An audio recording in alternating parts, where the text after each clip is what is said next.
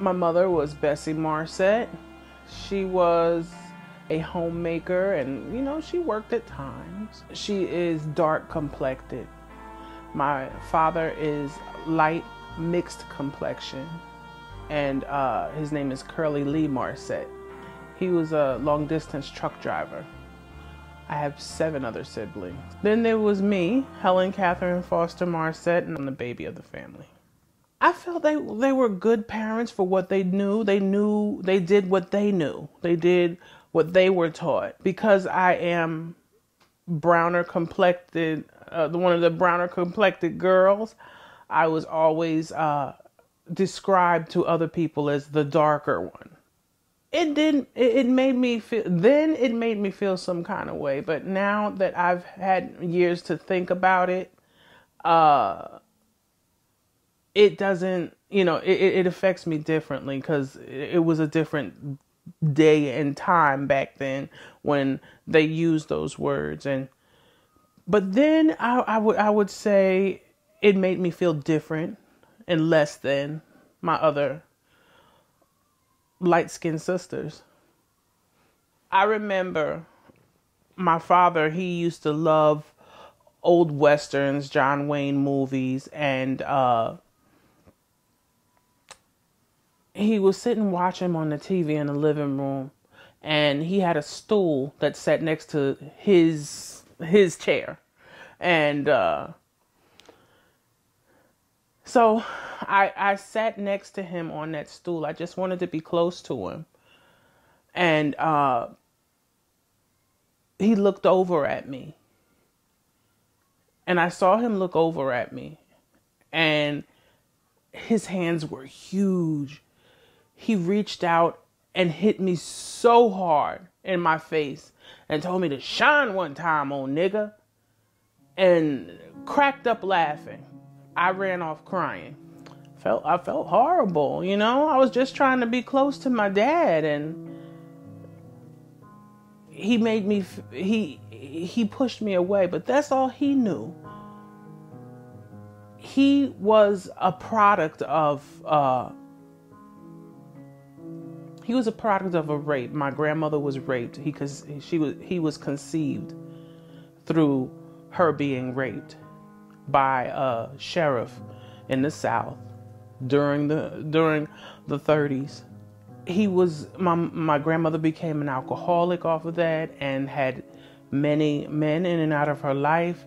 And the one she stayed with the longest severely abused him. So my father knew nothing of what it was to love someone. Not even my mother. There was some good times. I remember it was about Christmas morning. I was probably 3 years old. And my parents bought me this doll. And the hands were together and said, "Now lay me down to sleep." It would say that prayer. And I had that doll in my hand in the picture. And my dad had me up on his shoulder. In that picture, I feel loved. And I feel like my daddy's princess. Instead of what he would call me. Fatty, darky, blacky nigga, Instead of being that, in that moment, I was his princess. For me, I had the stigma of these beautiful light-skinned sisters I had long silky hair too, but my beautiful light-skinned sisters had the European qualities. Everybody telling them they so pretty. I wasn't pretty, I was the dark one. It wasn't until years later, my husband, I'm sitting around and I'm telling him we were talking about dark skin, light skin, like Oprah was doing like one of her little classes that she does, like either on her show, and it had something to do with colorism. And I remember keep telling my husband, as a dark skinned woman and a dark skinned woman, and I'm describing myself, dark skinned woman, dark skinned woman, dark skinned woman. He looks at me.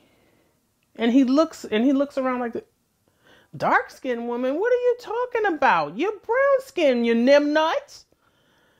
And it kind of finally clicked with me. Because I'm thinking I'm Lupita Nyong'o. And I'm walking around, I'm trying to accept this African, you know, I would even wear the head wraps and you know, I was trying to accept this dark African look. It's crazy that in this day and age, where there's beautiful black women and beautiful dark women, and I got two beautiful dark brown skinned daughters that I'm raising. And I try hard to make them know that they're beautiful. Whether they're black as this couch or light as the walls behind me. You're amazing. Amazing. You're incredible. You're incredible. You're the greatest. You're the greatest. You're number one. I will never run. Don't ever forget it. Don't ever forget.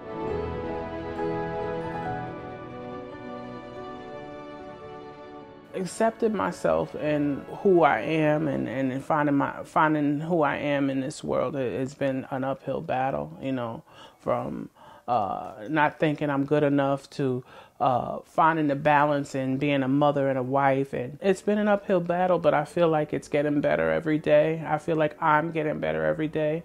And I'm looking forward to what life has to offer.